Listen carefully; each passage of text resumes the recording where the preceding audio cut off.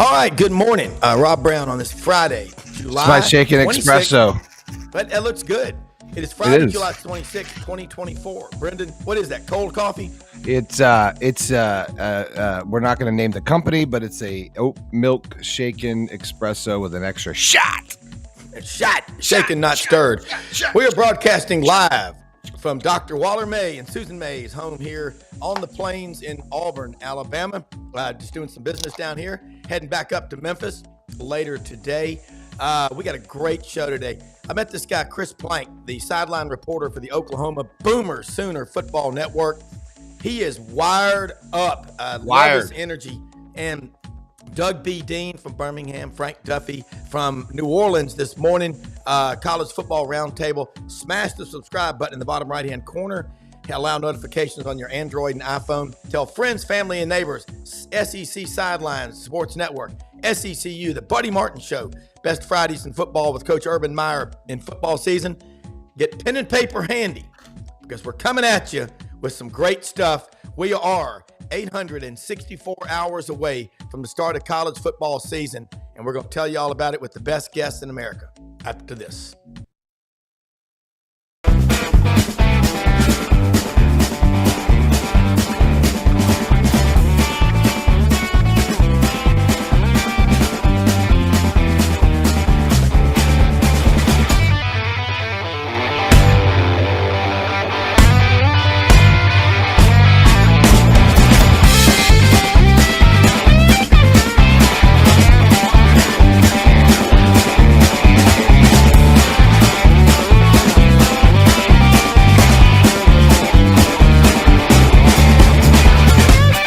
Sidelines with Rob Browne.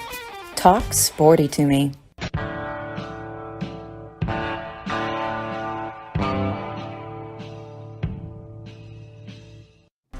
All right, we got the panel up here, the College Football Roundtable going right now. Doug Dean in Birmingham, Frank in New Orleans. I'm in Auburn. Brendan's in Ocala, Florida. Chris, are you in Norman or Oak City? Norman. Yeah, I'm in Norman. Now, are you with KREF Radio?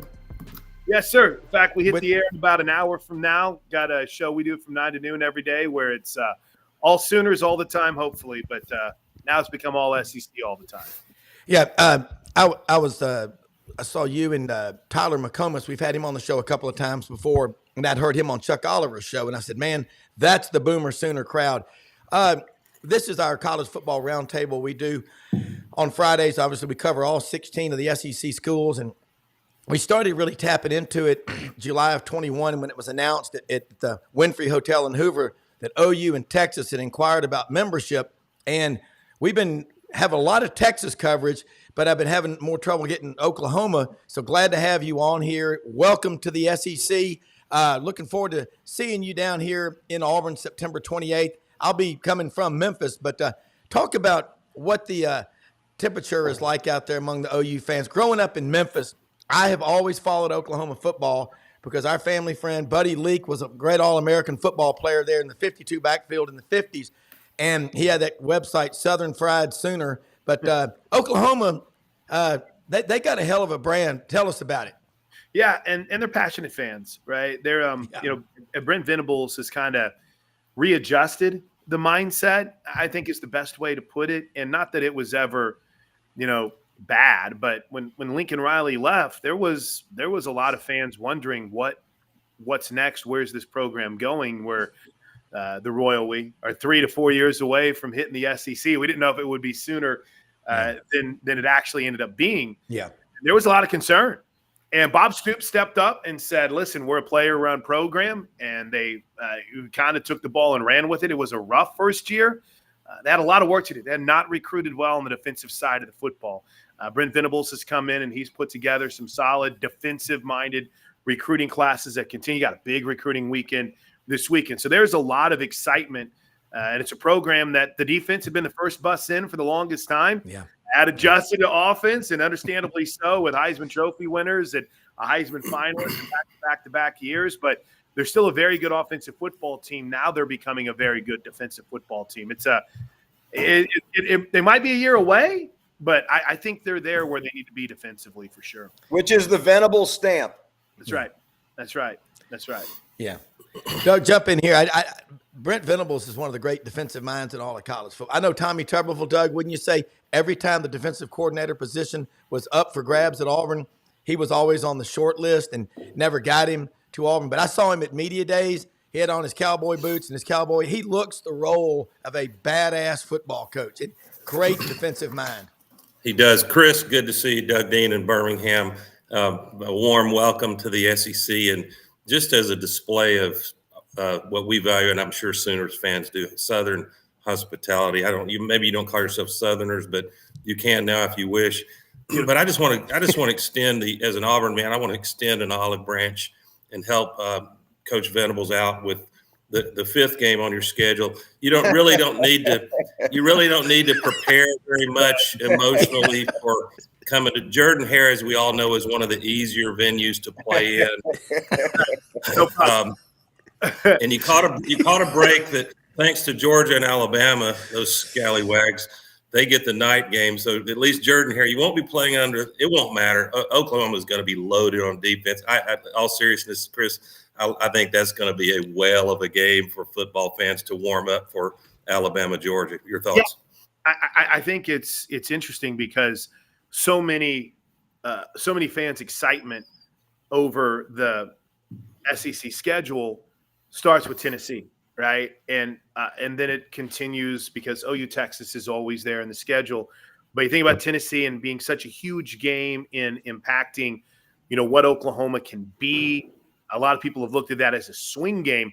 I'm over the moon excited about OU and Tennessee and Josh Heupel coming back to town and getting to see Nico play in person. But I'm equally as juiced about that first road trip. That's their first SEC road trip to Auburn, and pretty cool. I think that y'all that were there experienced it. Whenever the conversations started around, hey, life on the road, and Jackson Arnold was asked about it. I think he shared a conversation he had with Carson Beck that the most juiced environment was Auburn. And listen, they're going to be fired up, and they should be. It's Oklahoma's first ever trip to Auburn, the first time they've ever played there. I don't know that the teams have ever played in the regular season. I think every matchup has always been a bowl game. And so they have played twice in the regular season.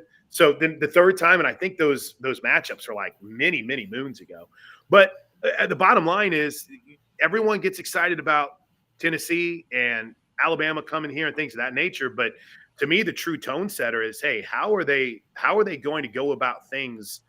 Are they going to go about things when they hit the road and play? And that's their first challenge.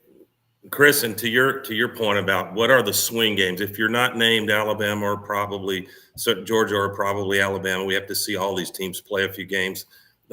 Fans are asking, if we want to try to get to 10 wins or 11 wins. I don't think anybody gets to 11 regular season wins, but that's bold. On my Georgia fans would probably disagree with me, and maybe a couple others. But it seems like, and I'm not going to be one of those snarky SEC fans that's going to look down my nose at Oklahoma and North Texas. You've got tradition that you shouldn't have to apologize to anyone. But as you know, as your fan base knows, it's a high IQ Sooner fan base. There are 4 or 5 swing games for most of us, right? Sure. Auburn's in there for Oklahoma. Yeah, maybe. They've got to beat. I mean, listen, you got to beat Tennessee. If Oklahoma wants to have a chance to do something special this season, that 4th game of the season, you've got to win. You've got to beat Tennessee. Because it's at home. It's at home. It's a home game, right? You've got to – Alabama, South Carolina, Tennessee, and Texas, you have listed as home game, obviously. That's in the Cotton Bowl. That's every year down in Dallas. Because that – I mean, I would like to thank whoever decided to give us one of the most difficult schedules on the road. I mean, most years when you would go to Missouri, you wouldn't care because Missouri kind of stinks. But this year, what Eli Drinkowitz has done and how they've taken advantage of the rules in Missouri to really recruit well in both the portal and bring in some Missouri area guys. Missouri's a problem. Ole Miss is one of the greatest case studies in college football this year with free agency, right? You got to go to LSU on Thanksgiving weekend and toss in Auburn, which is a great unknown. So I don't know if it could be more difficult. Oklahoma, I'll get to Frank and Rob, but Oklahoma, to me, got, at least on paper, there may be some surprise. Oklahoma got hosed on their schedule, arguably more than any other team. Well, Texas sure didn't get hosed. So outside of getting Georgia, which you don't want to have anything to do with Georgia, but I might take an opportunity to play Georgia to get that schedule that Texas has this year in the SEC. Yeah. Frank? Well, besides the fact that I'm wearing my Tulane gear because I'm here at our apartment in the French Quarter, I am a dyed-in-the-wool LSU fan. So I first want to apologize right off the bat for our 2019 game with you guys. I just want to let you know that was an anomaly. I would love to have Joe Burrow and the boys back. So I guess we've already kind of welcomed y'all to the SEC a little bit. Even on the heels of our 2003 national championship game with you guys. But I will tell you, the pride that is Oklahoma football, going back to my days of watching, the teams that Barry Switzer put out there that were just incredibly fun to watch them run that wishbone. My question to you, though, is give me a feel for the fans of Oklahoma as they're coming into the SEC. And what is their gut reaction to this burnt orange BS all the time? Look, our Texas A&M buddies, when we're not beating the hell out of them at the end of the year, they were warning us, you guys have no idea of the obnoxiousness of the Texas fan base. You have no clue. And watching this and watching the two of you guys come in, it's like the queen is entering the coronation and you guys are over there with the field mice sweeping up the cinders in the fireplace. What is Oklahoma's feel right now of this, oh my gosh, just fire hose of burnt orange that we're now all having to live with here at the SEC? Well, the unfortunate thing is, Frank, we're used to it. It happens every single year. And it's not just that it happens every single year. It's that the media falls for it every single year. Now, it seems different, right? Because they went to the playoffs last season. But I don't know if anyone's really taken the time to truly dig into the Texas depth chart, right? It's not the same. Jalen Ford's gone. Their two best interior defensive linemen are gone. Their best safety or their best corner is gone. Their starting running back, their two wide receivers, their best tight end is gone. And everyone looks, Quinn Ewers is back and Arch Manning is there, so they're going to be great. Used to it. We get it every single year. And listen, I would say this year, based on what they did last season, it's warranted. But I also don't think that I would put them in the top 3 in this conference right now. No. And I mean, I think everyone will learn their lesson and they'll see in time. But this is a rite of passage, man. Every off season, it's Texas is incredible. No one looks back and realizes should have probably lost to Kansas State last year. It should have probably been in a much more difficult spot against Houston if they don't commit a ridiculous personal foul late in that game. So, it's everyone has those close games, and the difference between great and good is winning those games. And Texas did that last season. So I'm used to it. We fight it every single year. I think you could probably go back. I've been doing radio in Oklahoma since 1997. You could probably find an off season every year since where Texas is supposed to be there, from Chris Sims to everyone. I mean, it's unreal, the nonstop coverage and attention they get every single off season. And I was shocked, as you know what, to see that it carried over to the SEC. Well, I'm going to throw something at you. I mean, you know this, but I look at 1996, Big 12 is formed. Since then, Texas has won it 4 times. Oklahoma, 14. Right. You're about that? That's not how people are acting.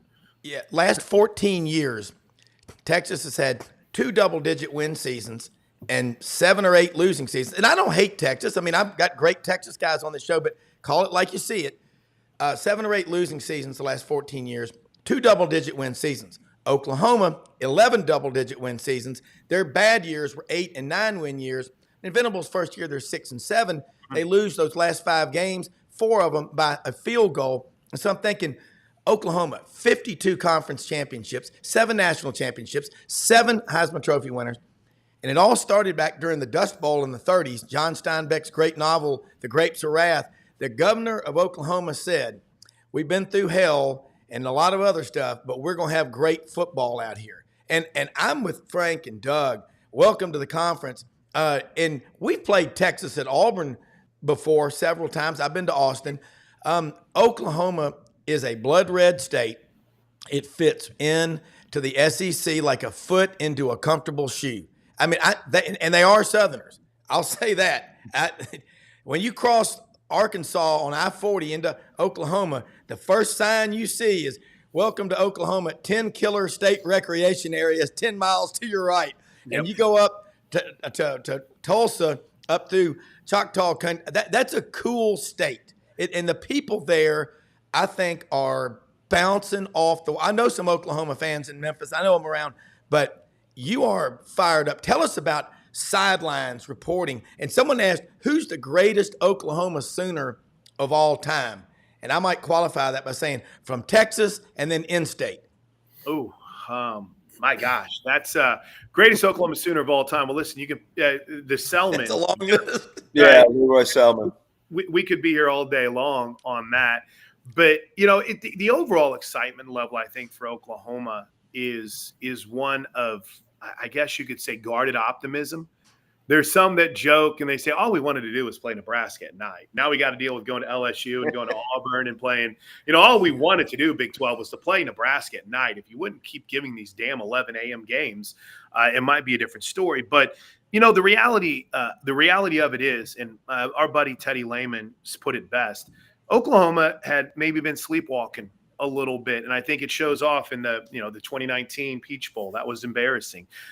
Probably should have won the 2017 game against Georgia in the Rose Bowl. Yeah, weren't very game. Yeah, they weren't competitive against Alabama.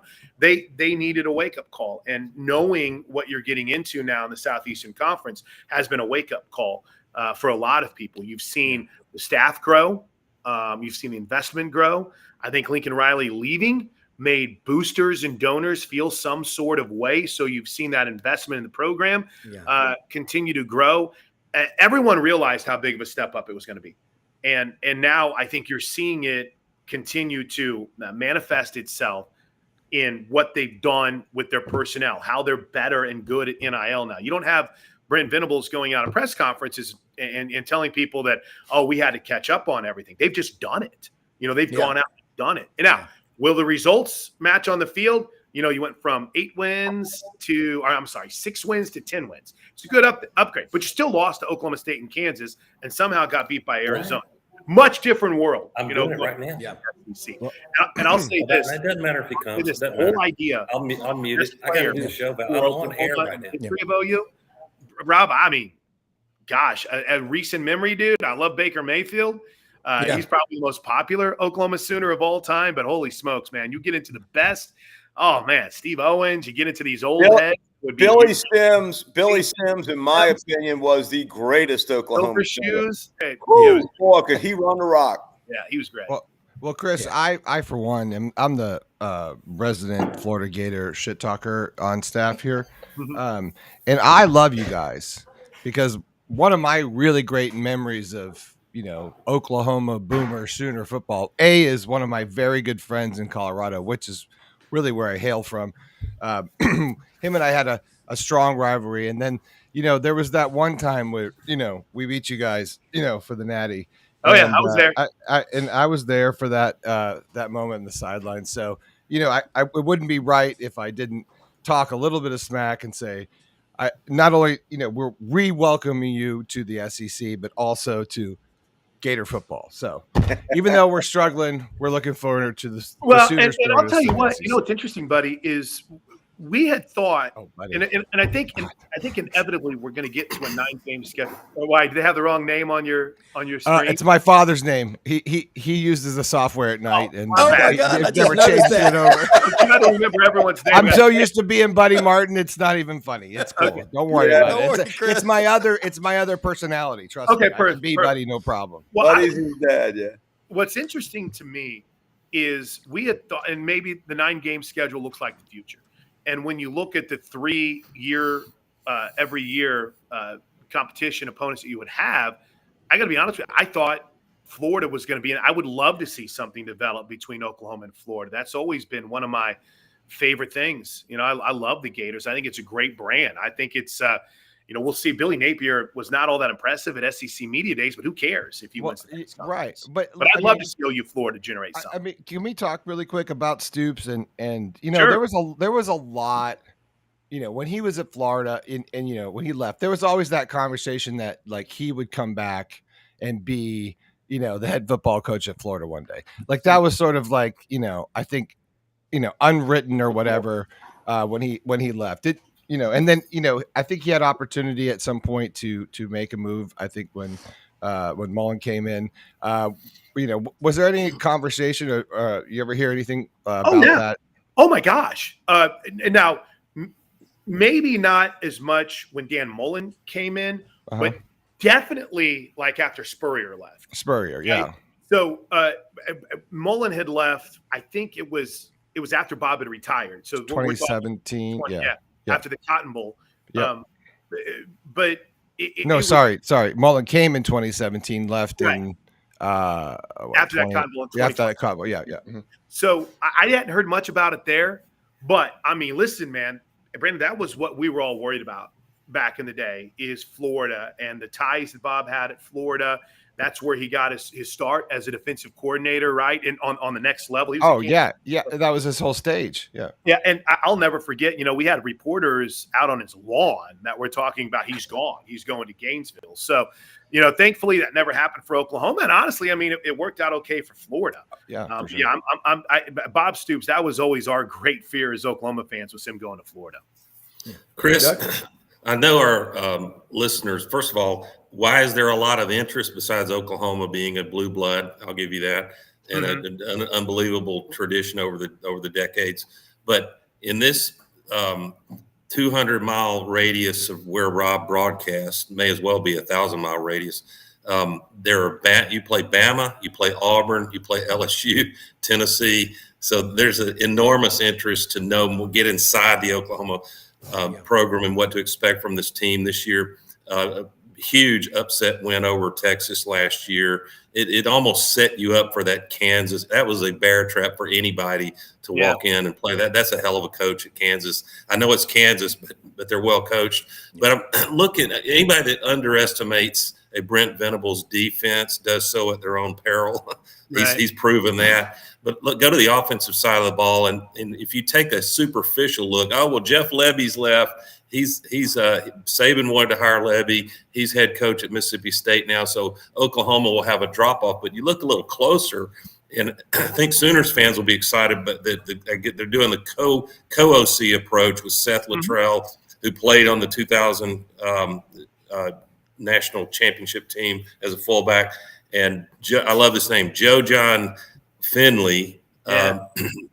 Sounds like an Oklahoma guy, also a former Sooners player. So tell us about the brain trust, because we know Venables won't be meddling in the offense, I presume. But is it going to be the same philosophy you had last year, or what should Sooners and other fans look for to be any different, if at all? I think it's one of the most fascinating unknowns, Doug, and I'm as intrigued as anyone. We had an opportunity yesterday to spend some time with both Joe John and Seth, and Seth's going to be the play caller, right? And Seth is an air raid guy. He did a great job in North Texas. You mentioned one of the Sooner, I guess you could say, legends. You talk about popular players. Seth Luttrell, the fullback on that 2000 national championship team, is one of the most popular players in the history of Oklahoma. But he's had great success in North Texas as a head coach. Now got fired there because things dipped a little bit late. He is he's an air raid guy. So he is like that Texas Tech Mike Leach air raid guy. Yeah. Joe John Finley was Jeff Lebby's right-hand man. That's not the air raid. That's more of a spread, and we can get into the minor intricacies between the two. So that's where we don't know. Like, what is it going to look like? They did the promote from within, so they didn't have to change a lot of the language for Jackson Arnold. Yeah. But in that same vein, Seth Luttrell's going to put his spin on it. And it's, from what I've been able to tell, it's been a really cool working relationship between Luttrell and Joe John. They've got the quarterback room set up, I think, pretty nice over the next few years. Michael Hawkins, five-star kid, will probably be the backup, if not the third guy this year. But this is real. Oklahoma's offense is real simple this year. Jackson Arnold, how does he handle it? as the starting quarterback, and can their offensive line hold up? That's it. They've got playmakers at receiver. They've got a good running back group. They brought in a few tight ends. How much will the tight end be used this year? They've got to be good in the trenches. They've got to be good on the offensive line. And that was their big question mark this offseason. Well, Chris, I know the Sooners go ahead, Rob. No, I was just going to say, I promised him we'd get him out of here in a few minutes. So, Chris, just as soon as you got to go. But absolutely love having you on here. Yeah. You're welcome anytime. And you got a tailgate with us when you come down here to Auburn for the Oklahoma. We're going to find you. It won't be a problem. I mean, we're doing a 3-hour pregame show now, so it might have to be super early. But well, Chris, we're gonna try to hit up our buddy Frank here for Bengal One, his mobile home, to just wrap it in our graphics and take us around to the different schools in the SEC. So when Frank doesn't know that I'm going to hit him up later for that. So when he agrees to be the driver for Rob and I to go crazy and then like do a show on top of the RV, like we're in Daytona infield, like that's going to be our own game day. Game day is going to be lawn chairs and like Stanley's full of bourbon. That's going to be the whole game day. Doug, finish the question. I know, and Chris, let them know how they can follow you. But Doug's before you bounce, Chris, Auburn and Oklahoma will have something else in common when the Sooners. And by the way, you can tell your fans you can expect to be treated like royalty. I mean, there's always that 1 in 1,000 fans that's a jerk, but we take pride in. I think most all of the SEC schools do. There are exceptions, but Hugh Freeze replaced both coordinators. Brent Venables also, not that he wanted to, but he replaced both coordinators. So when the Sooners come to Jordan-Hare, I think if Vegas makes it, let's say a high 30s over and under, I might take the under because both of these offenses are probably still trying to figure things out. Yeah, and early on defenses are always ahead of the offense, you think. I think if Oklahoma had their druthers, they wanted Jeff Lebby to be here for a long time. Good on him to get that Mississippi State opportunity. But Zach Alley, the replacement of Ted Roof, that was a choice. They didn't renew his contract. And Zach Alley's young. It'll be interesting. It sounds like he's going to be the voice in the headset for Danny Stutzman or whoever's at middle linebacker. So it's going to be a fascinating time to see Brett cede some of that to a defensive coordinator this year.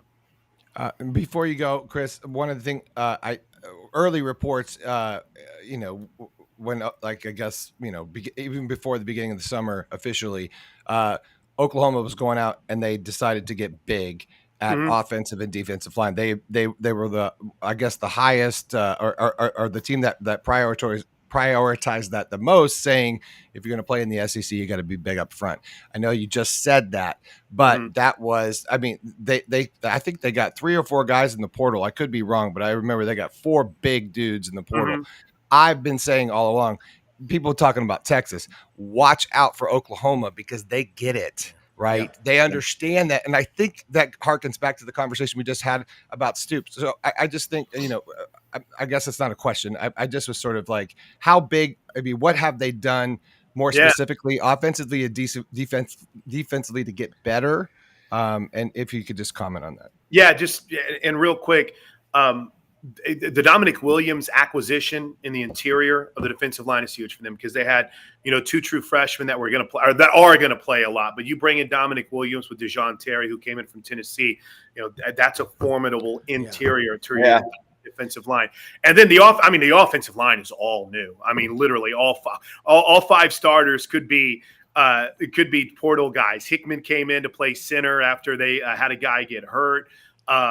Michael Tarquin, it came in from USC and had been at Florida for a little bit. He might start at one of the tackles for him. Spencer Browne came in from Michigan State, and he hasn't been very good.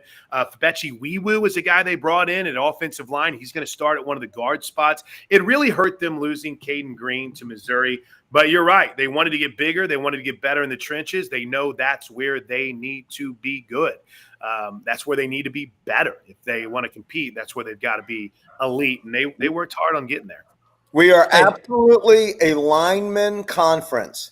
Yeah, to be on good side, both sides of the ball, because it's not a 1 game or 2 game. Right. It's having those lines in place for all 8 games. Agreed. The baton death march of an SEC season. That's Hey, probably why it's so important. Chris, you can tell the interest. I mean, we've all grown up. This panel, we know Oklahoma football, but we don't know it like you do.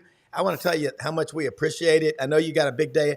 Brenden and I, after this show, are available to come on there with you, talking Gators. You just text me what we do for that. But we're ready to go.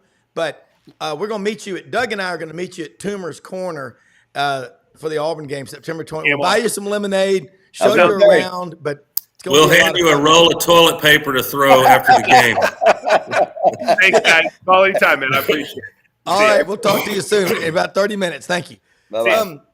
Doug, I can see it in your enthusiasm and Frank's and Brenden. Oh, we huge. have grown up with these guys, and now they're going to be fun. They're going to be. I never I'm telling hated. you, I grew up around Texas football. I hate Texas football, and I don't. I grew up in Colorado, and we'd see Texas plates and California plates, and we would just honk, like pull over. The Texas people would scream going down the slopes. Yeehaw! Like hook 'em horns. I hate Texas football, and I am not excited about Texas football being there. I don't like anything to do with Texas football, but Oklahoma football, I got respect for, obviously, because the Stoops and the fact that they get it in Oklahoma. Watch out for Oklahoma. Hey, Rob, Oklahoma sends you a thank you note after they come over for dinner. Texas comes over and bitches because the coffee's not hot enough. And drinks all your beer. That's the two. And Frank, Texas leaves with your wife because they've got oil money. You win. Well, Oklahoma has got some serious oil money too. But I know Texas oil money. Oklahoma is a lot like Auburn in that they rely heavily on Texas. Auburn has made a living off of Georgia players over the years.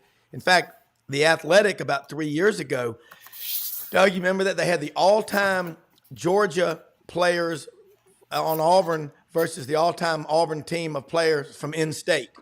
And, your quarterbacks, Cam Newton for the Georgia team, Pat Sullivan for Auburn. But Auburn had a running back, Bo Jackson. Georgia, it may have been – I still, to this day, Doug, think the fastest running back, pound for pound, best breakaway threat I've ever seen on the Plains was James Brooks from Warner Robins, Georgia.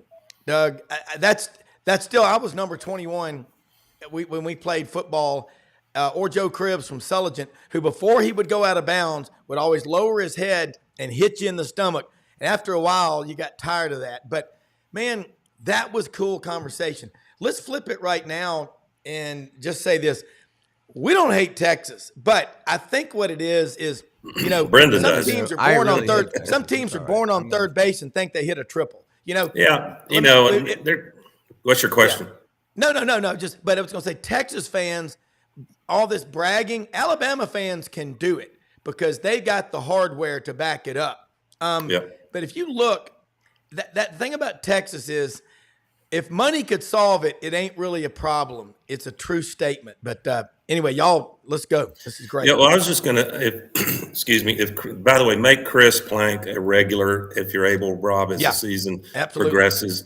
Not to get into your programming decisions. Hey, but you're part of the team, dude. Yeah, you're doing a fine job. You're the CEO wherever you go, Doug. You know that, right? Whatever the hell you're doing, Doug. That would be Dave. You get that, right? No, Dave, you get that. You scare the shit out of me. Like you are in charge wherever you go. Just thank you. I probably have. Yes, sir. We all have all four have a smidge of alpha in us, right? As the listeners would not prefer. Around you. You win. I already give in. You're the boss, dude. Whatever you want, man. He must have gotten a picture of me with my bow kill of a bear. But Rob, if Chris were still here, I would say, here's your pathway, brother. You got a brutal schedule, probably no chance to make the playoff in 2024 based on paper. And I don't mean to besmirch Oklahoma whatsoever, but they still have a path depending on the selection committee. The path is probably 3 losses, but it's got to be these 3 losses. Auburn, they got to beat Auburn. Oklahoma does. That would not be a pretty loss, even though it's in Jordan-Hare. Now, by the end of the season, it might look prettier if Hugh Freeze overachieves. Then they would have to lose a competitive, close one to perhaps Texas, perhaps Ole Miss, because people are really high on Ole Miss. or Alabama. And I think there may be, well, I should say, we will find out how big the onions are with this selection committee when they get to make a decision. Is a 3-loss Oklahoma with an unbelievable degree of difficulty schedule, is that worthy of going in as the 3rd or even 4th SEC team over pick your teams in these lesser conferences? And that, I don't know the answer. My guess right now would be the first year out, the committee will say, well, we'll give 3 to the SEC, 3 to the Big Ten, and just try to keep everybody happy across the landscape of football. And I hope they're more objective than that, looking at the quant and the metrics of degree of difficulty. Yeah, we don't need DEI in college football. No. We don't need that. We need the best teams. And let me tell you, short of Florida, Oklahoma's got the hardest schedule in this conference. If they go 9-3, they absolutely need to be in the college playoff with that schedule that they've got. They got the split end of the stick when it came to the schedule. That's no doubt. Let me say something real quick about our great sponsors. Chad House, the great folks at ECS House Industries, Cherry Valley, Arkansas, 99,000 square foot warehouse just north of Wynn in Cherry Valley, Arkansas, and they make the better roller, the pulverizer, the better chopper. They make the aerators for the catfish farms. Love these people. Chad's favorite days of the year are the days right before Christmas when he gets to write bonus checks to his employees. Talk about investing in your most precious commodity. That is your people and their families and all that does for them. That is Chad House, houseindustriesinc.com, breaking ground. And Chris Aiken, my good friend at Web-Footed Kennels. Doug, if you know of anyone that is looking to buy a great hunting dog, he does select breedings. They check the hips, check the eyes. Chris Aiken, I've known him for 29 years, Jonesboro, Arkansas, Web-Footed Kennels. He's got a friend of mine from Anniston. He's got his German wire hair up there right now with all these Labrador retrievers, NFC, AFC, great bloodlines. He's got that German wire hair doing marks at 200 yards. People don't like, what? Yeah, that's how good Chris Aiken is. He's also one of the kindest people. He's tough, but he's got like 10 people supporting him. He's got, his kids. He's got his wife, Janet. He's just the whole, when you go to the grounds there, they're immaculate. Proud to be associated with them. Have Web-Footed Kennels. Find them on Facebook. And, of course, Justin Ross, the Vitamin Shop, Olive Branch, Oxford, Mississippi. Check them out on the website. And Camp Lee, Rumble Boxing Gym, Gaddis Home Innovation. Time for building that man cave. But you know what? We're social animals. No one wants to sit at home on their ass and watch games all the time, but he does your security cameras. He can build a home office. He can do it all. And the great folks at Tom Martin's Body Shop, Hewlett & Dunn, bootandclothingcompany.com. Look at all of our sponsors on sidelines.live. What Doug, great Frank, sponsors. What a great group of American sponsors. We really do. These guys are patriots. And I'm going to tell you something. Both of y'all are like me. We're giddy about this. I mean, it's Oklahoma and Texas. You're talking about football aristocracy. And both of y'all are great students of history. And you totally, and Brenden does too, you grasp it, that when these teams are coming into the league, we have this contiguous footprint and all the fan bases. So we all know each other. Now, I brought this question up.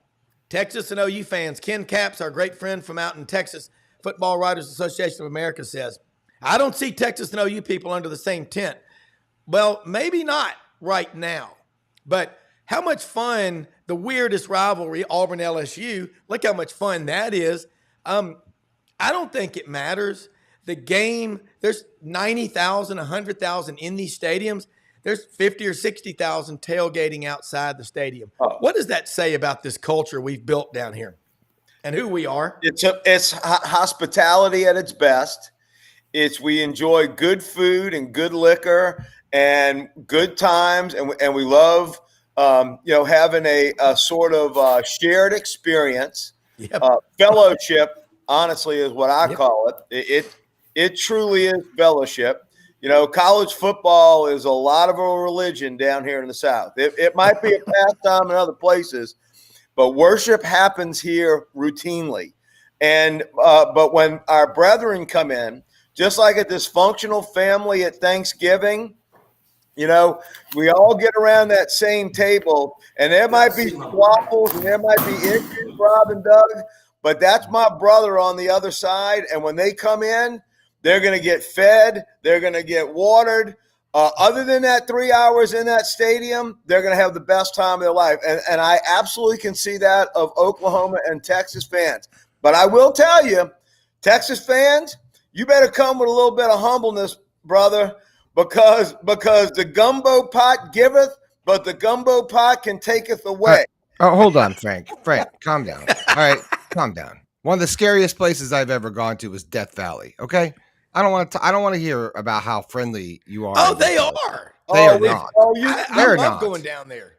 Yeah. Well, you're not a gator. You're not a gator. You're not a gator. Okay.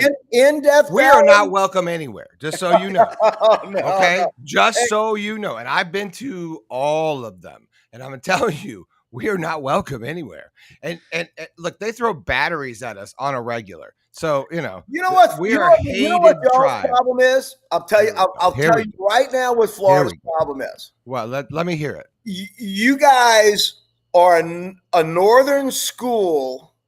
Oh boy. That's in Florida, everywhere around Gainesville is as south as it gets. Let me tell you, the Panhandle of Florida is as redneck as it comes. Yeah. But Gainesville and the Florida fans, I mean, you know this as well as I do. Most of them are from the Northeast. So there is just a little bit of a culture off with Florida. And I'll tell you, you can sense it going back to our days. And look, Florida used to kick our ass when we would go into Gainesville. When Spurrier was there, you'd hear car jingling keys in the first quarter. It was an ass whipping, right? Mm-hmm. So I'm just, Florida is just a different animal. It's still a Southern school. It's still an SEC school. One of our biggest rivalries. I mean, of course, being the crossover rivalry, there's not a lot of love lost between LSU and Florida. That's why our games are just. I mean, they're on. If you're going to be coming from another division, we have probably one of the best cross-division rivalries in the conference. Oh, no question. No question about it. And Gainesville gets it up for LSU. I mean, some of my favorite games were LSU home games in the Swamp. But I will say that I don't disagree with what you're saying about. Can you let culture. Doug back in? He keeps losing his connection. Yeah. Yeah, he popped in. I didn't hear him. Okay. Sorry, Doug. I didn't hear you. No worries. All good. We were just saying, talking about the culture from LSU in Florida, and Frank was I heard him. I think correct. Okay, you heard him. So I was just saying that I think there is a mixed bag with Florida fans. I think there is a lot of, now you have a lot of. One of Florida's problems is that they're not letting legacy in anymore, and there's a lot of people on this watching the show right now that will attest to that.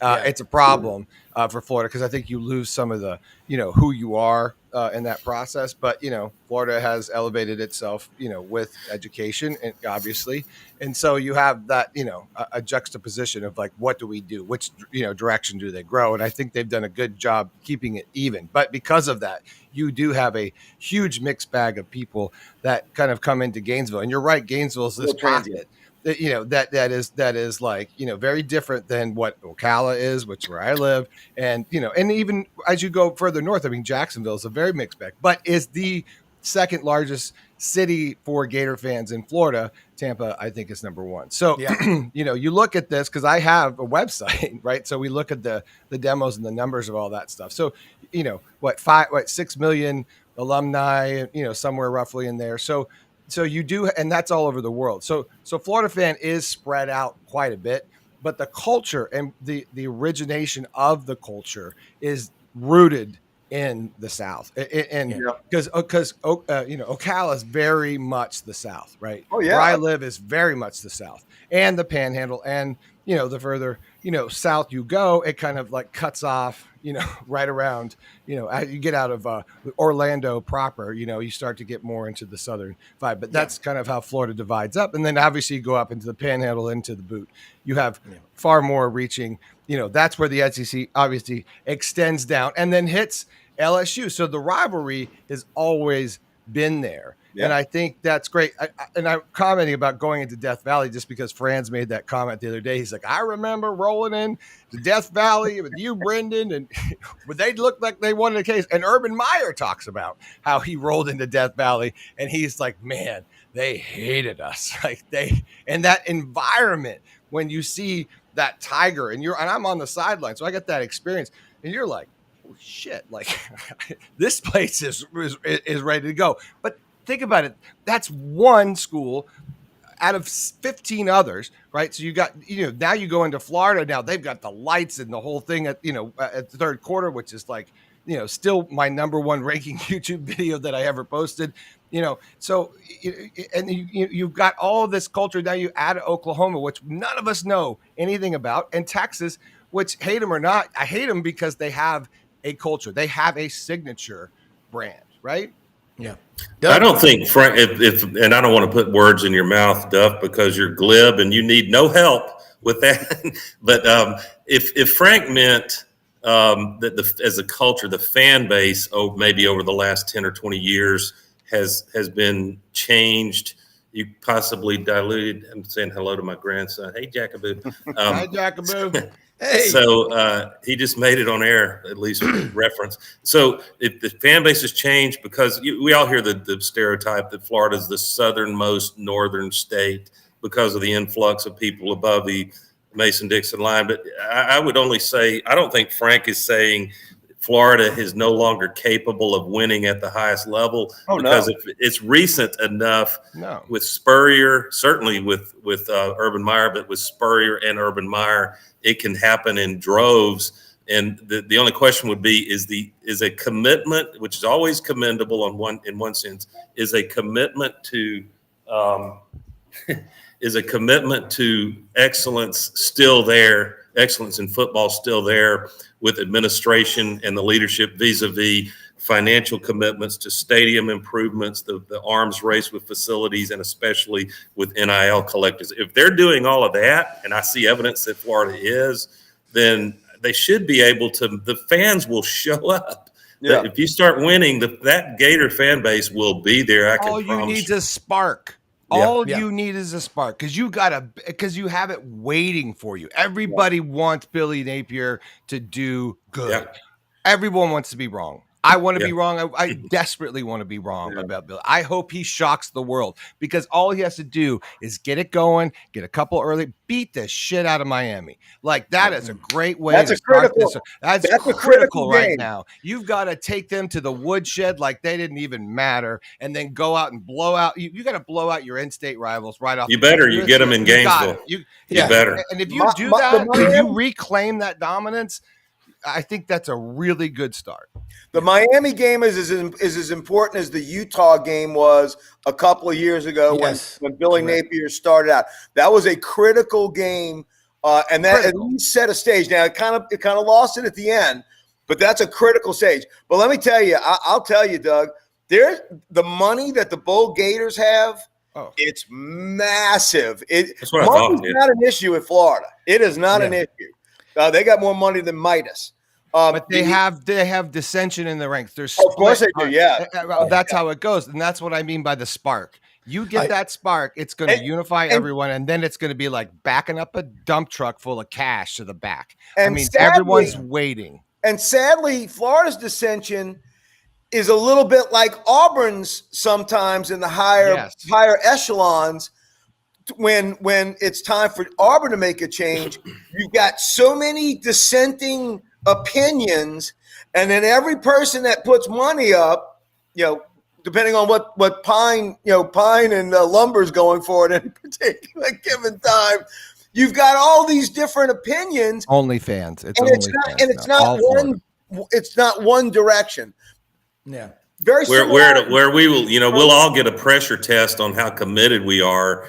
If and when, which I tend to think it's a matter of when, not if, the college football, especially athletes, become employees or some facsimile of that with collective bargaining. And all of a sudden, schools are having to make a decision comparing resource commitment to a football game. How can we be so banal and shallow, Duff, versus academic excellence, hiring more faculty in the nursing college of nursing, and those kind of resource allocation decisions that reach the board level. Then we'll find out who wants to play big boy football. But I always say, what's the psyche of a state worth? When they talk about how much money that a Nick Saban brings to Tuscaloosa, okay, what's the psyche? I mean, what does it do to enrollment? I mean, yeah, they're worth that because that's what the market's willing to bear. Let me tell you, Freeze goes out and puts up a 10-2 record. Here you go. Here you go. What's the psyche of the Auburn family worth? Yeah, and you know what? Of course, who can forget Coach Bryant's famous rebuttal to the math professor complaining about how much football coaches make, and he says, "I can't imitate Coach Bryant, but I wouldn't even try." But he said something like, "I've never seen a math professor put 100,000 people in Legion Field." Yeah. So that's that's where we are. And then, Jay Gouge, then president, told me after that, and I bet the same thing happened at LSU after your national championship. It was always happening at Alabama and Georgia. But in that 2010 national championship run, in the wake of that, admissions, first of all, the footprint got expanded geographically, and it went up 10%. And the impressive thing is it stayed at that 10% higher level, even though Auburn started losing a bunch after that 2010 season. So football is the front porch. Here's a number I'll throw at you that makes sense. Dr. Bill Hardgrave in 2010 took over as the dean of the Auburn College of Business. From 2010 to 2017, the 7 years he was there, enrollment increased 47%. Okay. You now, last year, for the first time in Auburn's history, have more students in the College of Business, like 6,400 and change, versus 6,200 in engineering. So it's a neck and neck. It's a healthy battle, but that's 10 times what it was when I was in school here. Now, that's really, really big. The Harvard College of Business Management, Louder Hall. I was with Dr. Ali from the College of Business yesterday on campus meeting with him. Oh, man. The AI we had people. a conversation yesterday. Listen, guys, we're going to get him on I don't the know show. why we didn't record it because it was fascinating. What they all are about doing. AI and sports and where we're headed and just, I mean, all the way down the rabbit hole too, like from sensors on your body to rights of your own biometrics to making predictive plays on who's juiced at that moment. I mean, it was Hey, awesome. Brenden, who was at my Auburn Monday lunch, me and a bunch of geezers who love Auburn. They would call me a geezer probably, but word is from SEC Media Days, you may know this, Rob, that AI conference or gathering that they had, they said we were there. Auburn, maybe you guys told me, Auburn University was the leader in that thought discussion, thought leaders on the subject of AI. I would say the SEC being Florida, and there were two gentlemen, two doctors from Auburn, and one and the person running the panel was a professor from Florida.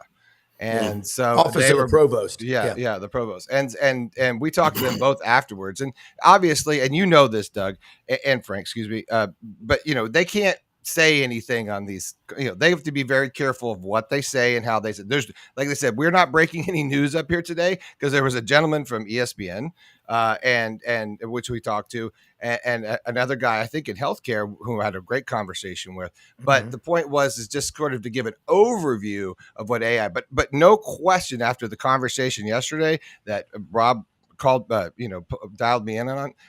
It was fascinating because we were able to ask a little bit more questions, like what is the future of coaching in AI, right? Because we have analysts and 30, 40 analysts, right, that are crunching numbers.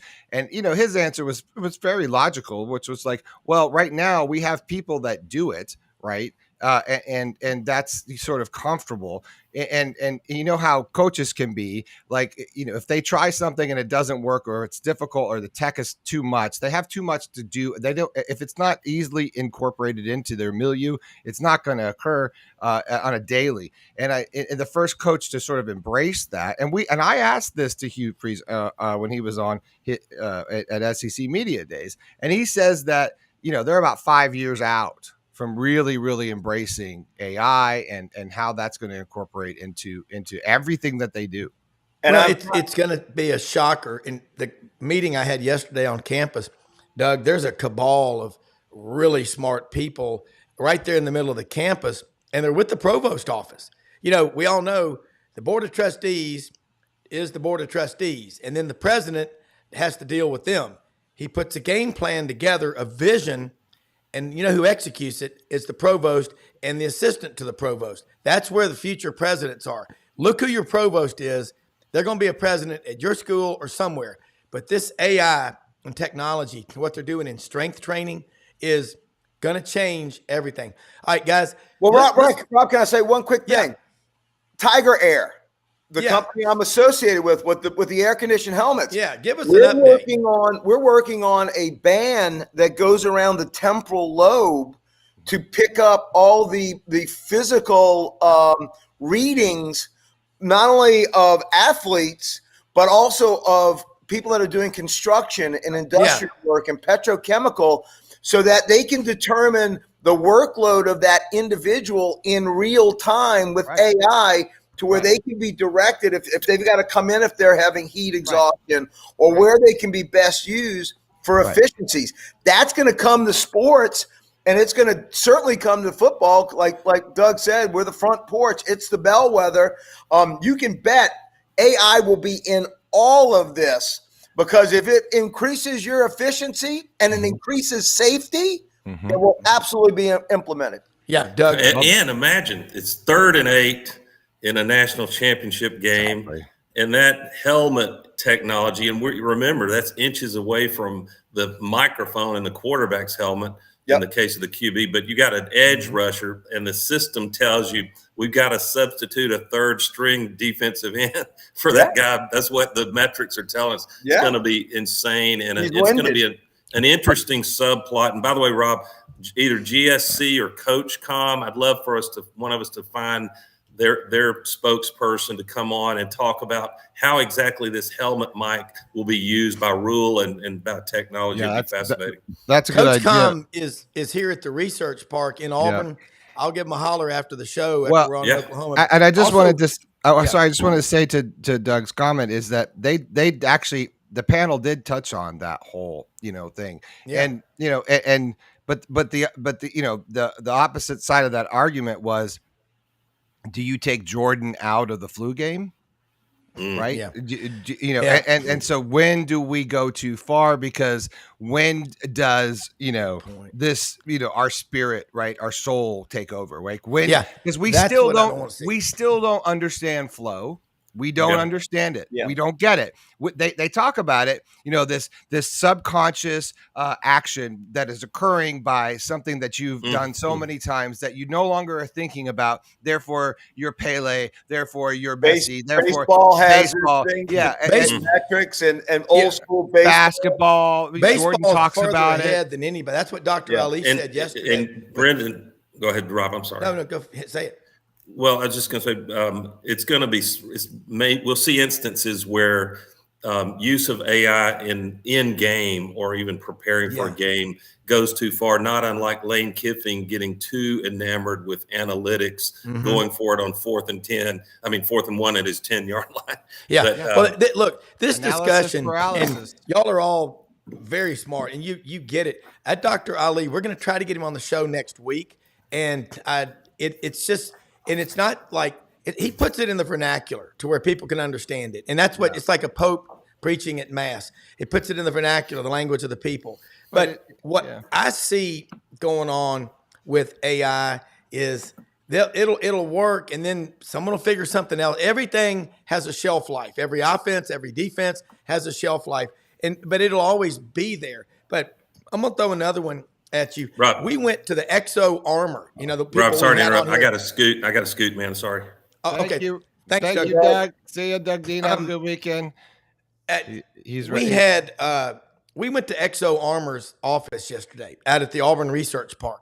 They're the ones making the pads with the 3D printers and all. Guys, I took Dr. Waller May, my esteemed colleague. It was like Barney and Gomer with Dr. Pendyke and the miracle salve for the mange. How'd you get your voice to do that, Barney? Well, I'm Dr. Pendyke from the Auburn Agronomy Department. I think the overall arcing conversation that we were having with him was, and I think this is important to know, is about AI. AI is not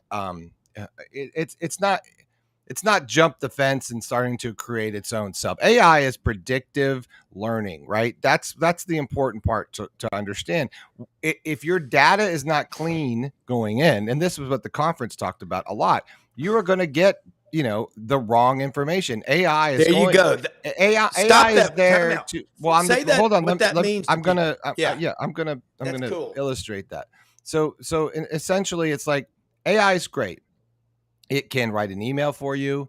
It can get to know you. You can have a sort of pseudo relationship with ChatGPT. That's the most popular thing out there, right? It's amazing, right? And it's cool because it's like the assistant that's like the neutral tile in Scrabble. You say, be a copywriter and write this, right? And what was interesting about the dialogue that we're having yesterday was that the doctor was saying, well, put at the bottom of your prompt and I'll give you $20 for it. And he said, you'll get a better response because that AI is learned us, not learning. It's not itself. It's learned what we like. It knows what we want as human beings. Therefore, it's just predicting what we're going to do, much like an algorithm with Facebook is. The joke is like, show me a post that 3 people liked. I can probably predict what they had for lunch. Show me a post, but with 300 likes, I can probably tell you a lot about their life. So, it's all it's doing is connecting with existing algorithm, and then it's processing this mass amount of data quickly. Yes. That's what it does. So if you have a shit ton of data, right, i.e. biometrics and all this kind of stuff, it can process this with the power of what we're doing with quantum computing and all these different things that we're getting faster and faster and faster. Now we get that real-time decision, but we still have to put in the clean data. And that's where things like sensors on their body, around their head, and all these things that can come in that can give you that real-time data that gives you an option to make, any sort of, obviously as a coach, a play or whatever it may be. Yep. But, interestingly enough, is what we're going to get from all this data is as time goes on, we're going to save this new data that we're getting from these new helmet sensors and things. Yep. And then we're going to get a sort of look into what's it like to be in flow. What's it like, what are their biometrics when they're in that moment? Because we could never register those before in game, right? Yeah. And that's the fascinating place. It's only as good as what's being inputted, put into it. Garbage in, garbage out. Yeah. Junk in, junk out. Yeah. And positive in, positive out. You better have good. All right. Let's think now.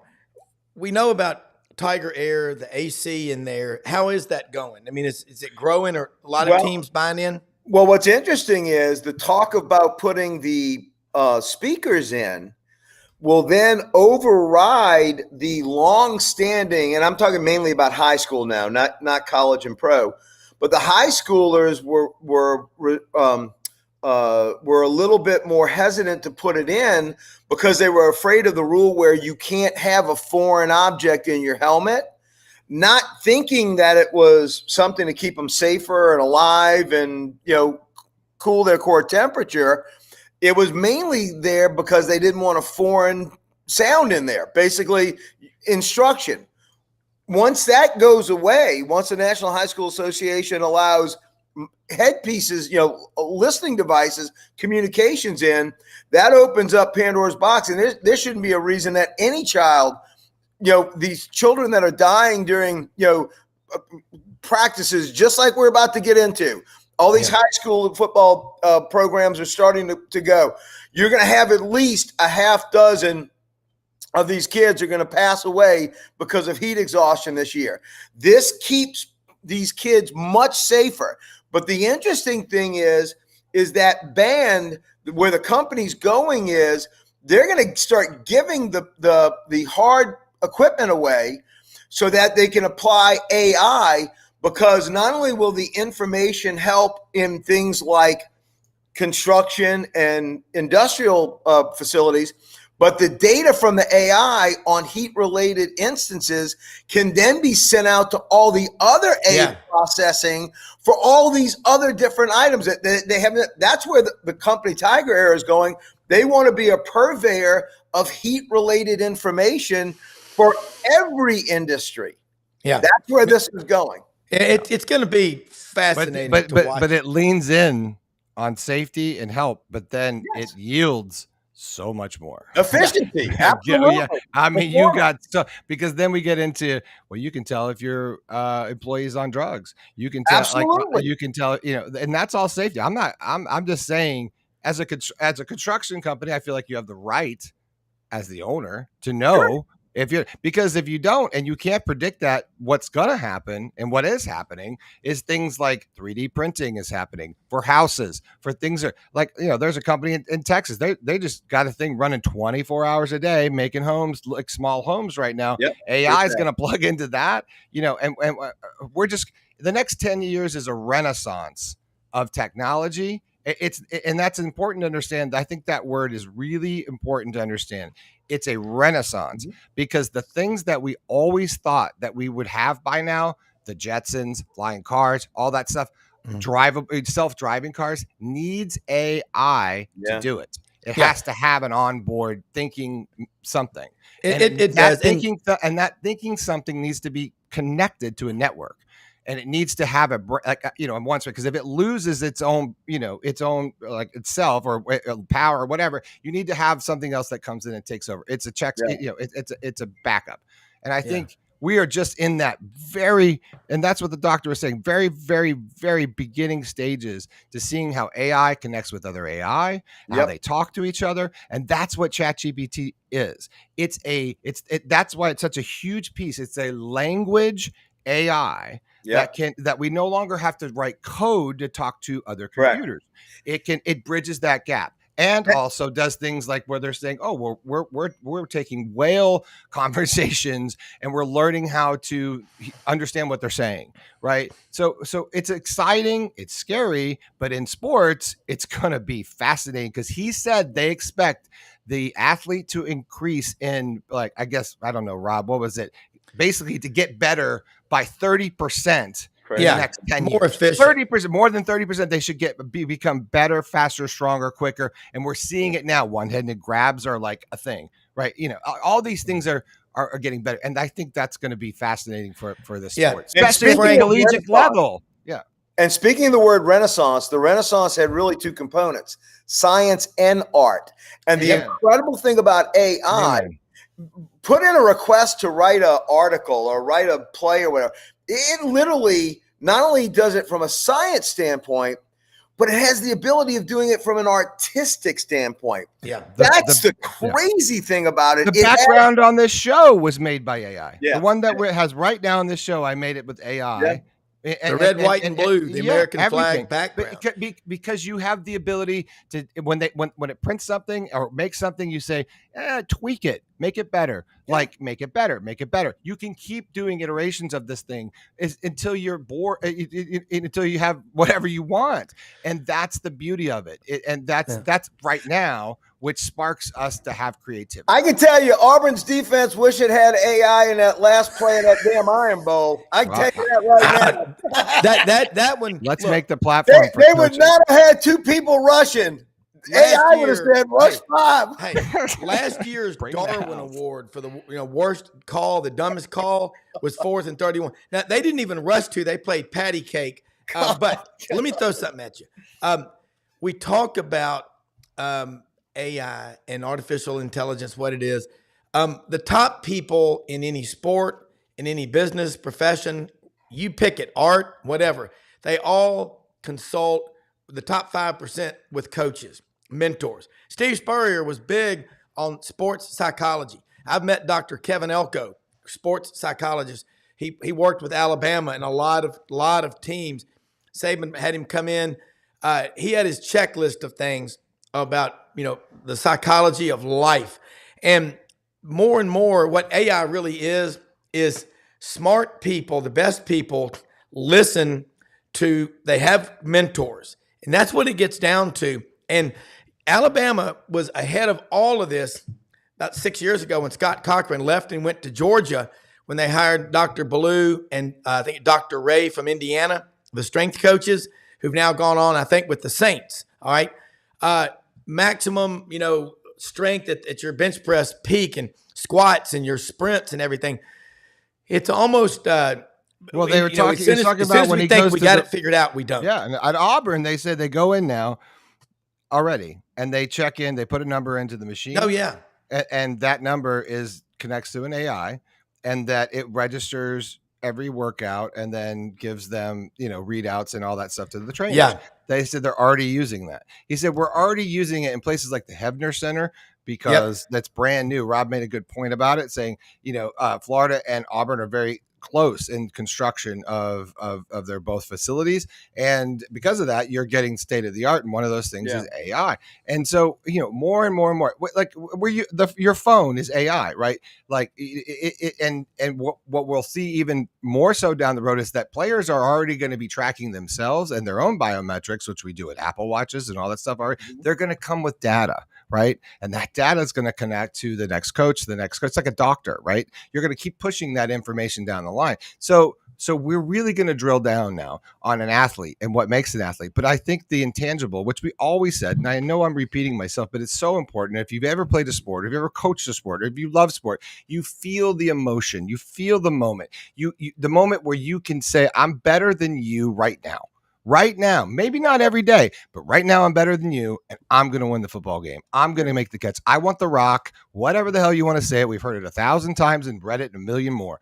That's what we can't figure out. And that is what's going to be so interesting to see what comes of this. And I think what you're doing at Tiger Air is truly at the forefront of that. I'm excited to see and learn more about it. Frank, here's another thing in Brenden. What about if we could see if we could see through if we don't do something, the effects of it? I always like to tell people, you've got to live in hell for 5 minutes to win this race, because you're going to spend the rest of your life wondering, what if we could see, what if we did? Because the problem with so many people is, look at fans. Their team gets down 14-0 in the first quarter in a game, and they're sitting there like this. They're grousing. You got a stadium full of people, the grumpy old man. Why even go to the game? What I've always done is I pick out numbers of players on my team. I pick out an offensive and a defensive player. And I think, how would my teammates react if we were down 14-0 and they said, all right, everybody get over here, let's figure it out. And I'm sitting there like this with a scowl on my face, pissed off. Nobody wants to be around people like that. Audrey's bought the book again, the pout fish with the pout face, spreading the dreary wearies all over the place. That's what nobody wants to be around. Now, but we'll be able to see that now. And now we'll be able to see when you give your rah-rah speech to your team, we'll now be able to see the biometrics of how they respond. Yeah. Wow, they really got up with that. That really made a difference. Or maybe that guy got pissed. Maybe that guy liked it. So now you're motivating the individual now. So now are we going to go to individual coaches? It's like, think about that. Like if you're a coach and you're like, man, this guy's a positive reinforcement guy and this guy's a negative reinforcement guy. And I know that to be sure, because I can see it. So now how are you going to change your coaching? Yeah. You're watching how the respondents are reacting to the message that's coming in. Exactly. Yeah, that's the fascinating part about it. And then, hey, we did X to this guy. He responded negatively, but we put him in, bam, and he went nuts for it. So maybe anger is his motivator. So maybe he needs he doesn't know what he needs, right? So then we really, really get into that. We're really getting to the psychology of the whole thing, which is fun. And we're going to do a whole series on AI. I think we're going to get the doctor and a couple of these guys to come on and actually don't sound like idiots like I do right now, because I'm really just a fan of the whole thing. But it's fascinating because it's like driving by the buffet and you're going, wow, I just the smell gets me. And it is fascinating. Look. And by the way, let me know when you want to do that, and I'll have Jack Karavich, the founder of Tiger Air. Oh, please. Yeah, I want to do like a series, like a couple of them. Yeah. I think there's no way to really get it all. And I think it needs to be like a smart conversation where we have topics and we really, because it's easy to go like this, that digress on. Yeah. My son Wilson was really, we were talking the other day about Jack Karavich. Frank, you are a tip of the spear with this stuff. I hated that Doug had to drop out. I know he had an obligation, but we're going to talk about it. I said, call me today about this AI stuff. Look, great conversation. Chris Plank, Boomer Sooner Network, SEC, 1 Come through on, 16. Bang one. Contiguous footprint. That, Frank, we're going to let's talk about getting Bengal 1 for some road trips this year. Wrap it in the Sidelines logo. We're thinking of Gainesville, I would make a studio in the back. Auburn game this year. We'll have a cool little studio. And Yeah. we'll do our show, and we'll get some lawn chairs, right? We'll keep it real, right? And we'll go to a best tailgate, and we'll have and we'll just have fun. Like, screw game day. That's better than game day, because we'll have a better. And truly, I kid you not, Frank. I know, but it's been my dream since I started streaming in 2008 to have a mobile production studio to go and be like Madden and drink in the SEC, man. Because I got the RV. People don't know, they don't know what they're missing. And with our press ability, get us as close to the stadium as you can. We'll pull it to where they allow it. I just need a 41-foot footprint. We'll get it close, and you can. We'll get Elon to shoot us some internet, so we'll get some good feed. Maybe get some. I mean, dude, because the tech is here now. I think it would be fun. I think it would be the most fun. So we've outlined a couple of games. We'll talk to you about it later. Frank, you're one of my very, very favorite guys. I really enjoyed getting to know you these last couple. You too, buddy. We're gonna have fun with this, and we don't wear skinny jeans, and we let. I wear skinny jeans. We don't. I wear them, Kool-Aid. Rob. I'm single. I wear skinny jeans. Leave me alone. Shut up, Rob. We're not wearing pink suits, is what I'm saying. You're married, Rob. Thanks for your opinion. Thank you. Hey, we're going to have a ball. We're not going to be like the ESPN guys, though. We're going to let you speak. Brenden and I mean, we've been wanting – the other day when Audrey heard about this, she said Brenden went crazy because he wants to do it so bad.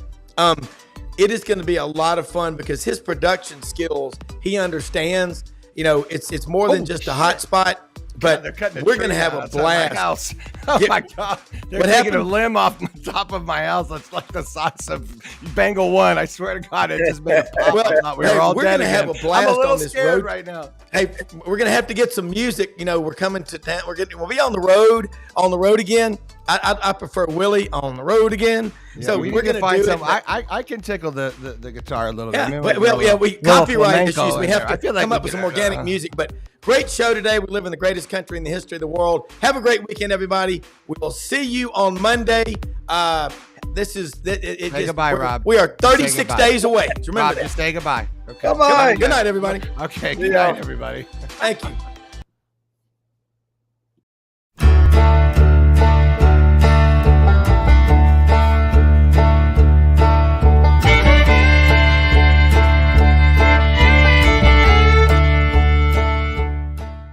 In a perfect world, you'd set a health goal and results would happen overnight.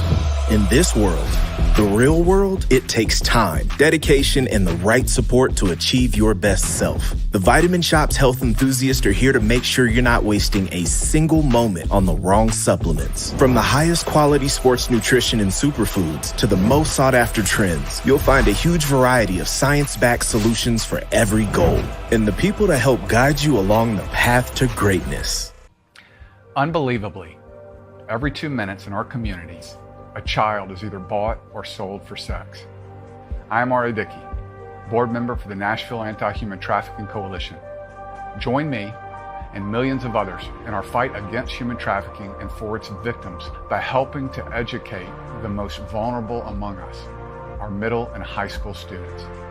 Go to nhtcoalition.org, become a partner, and help keep our families safe, because none of God's children are for sale.